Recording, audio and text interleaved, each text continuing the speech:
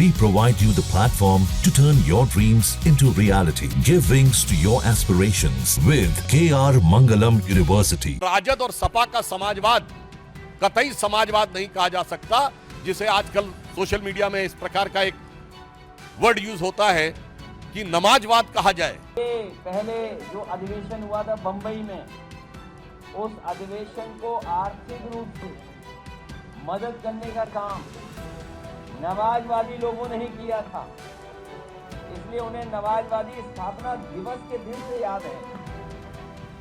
पहले जो अधिवेशन हुआ था बंबई में, उस अधिवेशन को आर्थिक रूप से मदद करने का काम नमाजवादी लोगों ने ही किया था, इसलिए उन्हें नमाजवादी स्थापना दिवस के दिन से याद है।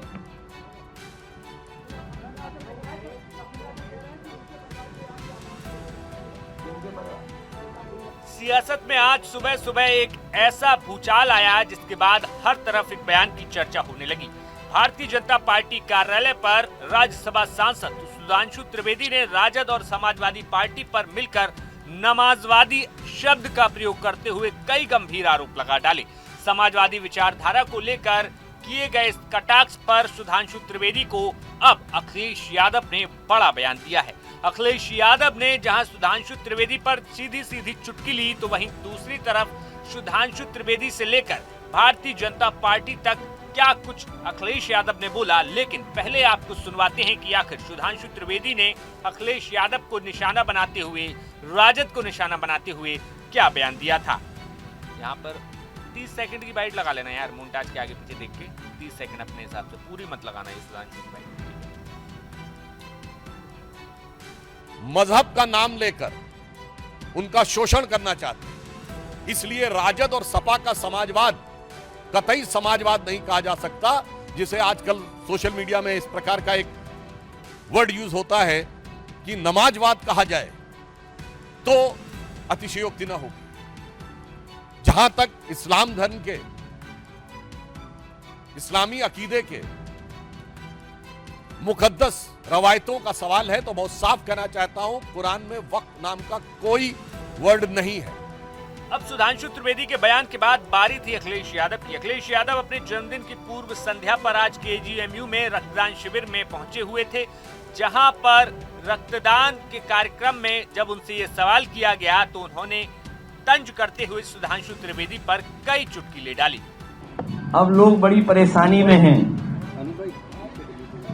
लोग टोपी लगा करके घूम रहे हैं, किसी को कुछ दिखाई न दे जाए, किसी को कुछ दिखाई न दे जाए, इसलिए टोपी लगा करके भी लोग रह रहे हैं, घूम रहे हैं। अभी मैंने देखा टीवी पर एक बीजेपी के बड़े नेता समाजवादी पार्टी को नवाजवादी बोल रहे थे। मैंने उनकी सर की तरफ देखा तो सर पे बाल ही नहीं थे उनके।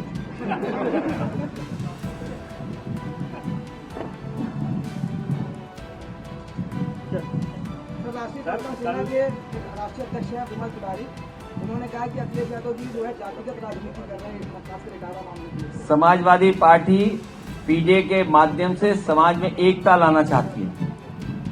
पीडीए के माध्यम से सभी दुखी, प्रताड़ित, परेशान, अपमानित जिन्हें होना पड़ता उन लोगों को एक साथ लाने का प्रयास कर रही है। सर, कल व्यापार सभा की बैठक के बाद तमाम नेताओं के जो बीजेपी नेता हैं उनकी प्रतिक्रियाएं आई। अच्छा है कि वो व्यापार ठीक करें और कारोबार उद्योग में आपातकाल लगा हुआ है, अपने लोगों को सस्ते में बेच दे रहे हैं चीजें। आज ही अखबार में और कल के अखबार में मैंने पढ़ा कि एक बहुत बड़ी संस्था भी बिकने जा रही है। उत्तर प्रदेश से ही जन्मी वो संस्था, इंफ्रास्ट्रक्चर में बहुत बड़ा काम किया। अब सुनने में आ रहा है कि वो भी संस्था बिक रही है। कारोबार बढ़ेगा, उद्योग लगेंगे तो हमारे आपके लोगों के जीवन बदलेगा, नौकरी रोजगार मिलेगा, अर्थव्यवस्था बेहतर होगी। अखिलेश यादव सिर्फ यही नहीं रुके। अखिलेश यादव ने सीधे तौर पर भारतीय जनता पार्टी के तमाम नेताओं को निशाने पर लेकर उन्हें आरक्षण विरोधी तक कह डाला।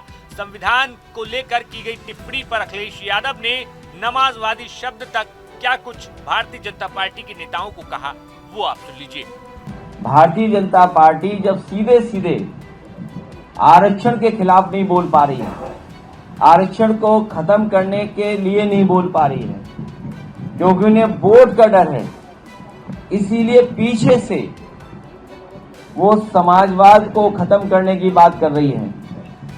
समाजवाद हमें आर्थिक गैर बराबरी से लड़ने का मौका देता है। समाजवाद से ही सामाजिक न्याय के राज की स्थापना होगी। ये बाबा साहब भीमराव अम्बेडकर जी के संविधान में जो आरक्षण मिला है, जो आरक्षण हमारे और आपको मिला है, जिसकी वजह से हम लोग समाज में बराबरी पे आ गए हैं, ये उन्हें तकलीफ है। तो सीधा सीधा बाबा साहब भीमराव अम्बेडकर जी का आरक्षण नहीं खत्म करना चाहते हैं, पीछे से समाजवाद के खिलाफ बोलना चाहते हैं। समाजवाद का मतलब हुआ कि हमारी आर्थिक गैर बराबरी और सामाजिक जो गैर बराबरी थी, जो आरक्षण से खत्म हो रही थी, उसके खिलाफ लोग हैं। ये आरक्षण के खिलाफ लोग हैं, इसीलिए समाजवाद के खिलाफ लोग हैं। जो लोग समाजवाद के खिलाफ लोग हैं, वो संविधान के खिलाफ लोग हैं, और जो संविधान के खिलाफ लोग हैं, वो भारत के शानदार लोकतंत्र के खिलाफ लोग हैं, और ये कम्युनल रास्ता अपनाना चाहते हैं, इसलिए सेकुलरिज्म के खिलाफ हैं। इनकी पार्टी का जब पहला अधिवेशन हुआ था, उसका स्पॉन्सरशिप पता है किसने की थी? जैसे आपके भी कार्यक्रम होते हैं तो ऐड होते हैं, ऐड के बिना आपका भी चैनल नहीं चलेगा। इसी तरह भारतीय जनता पार्टी की जो पहला स्थापना अधिवेशन था, उसमें फंडिंग पता नहीं किस किसने की थी। ये भाजपा वालों से पूछो जो नवाजवादी बोल रहे हैं, और जिस दिन आप उनकी फंडिंग के बारे में जान जाओगे, उस दिन सपा को नवाजवादी नहीं कहोगे, भारतीय जनता पार्टी को नवाजवादी आप कहोगे। क्योंकि उनके पहले जो अधिवेशन हुआ था बंबई में, उस अधिवेशन को आर्थिक रूप से मदद करने का काम नवाजवादी लोगों ने ही किया था, इसलिए उन्हें नवाजवादी स्थापना दिवस के दिन से याद है। फिलहाल इटावा के गांव से शुरू हुआ कथावाचक विवाद अब जो है नमाजवादी शब्द और तमाम चीजों पर जाकर आगे बढ़ता हुआ दिखाई दे रहा है। ऐसे में अभी देखने वाली बात होगी कि यूपी की सियासत में चुनाव भले ही 2027 में हो, लेकिन अब फिलहाल इस मुद्दे पर सियासत पूरे तरीके से गर्मा चुकी है। Bureau report, news nation. जहां भक्ति है हर शब्द में, कथाओं में छुपे हैं दिव्य रहस्य, और ज्योतिष देता है जीवन को दिशा। धर्म से जुड़ी हर बातों को जानने के लिए हमारे चैनल स्तुति को सब्सक्राइब करें। चैनल पर जाने के लिए इस लिंक पर क्लिक करें।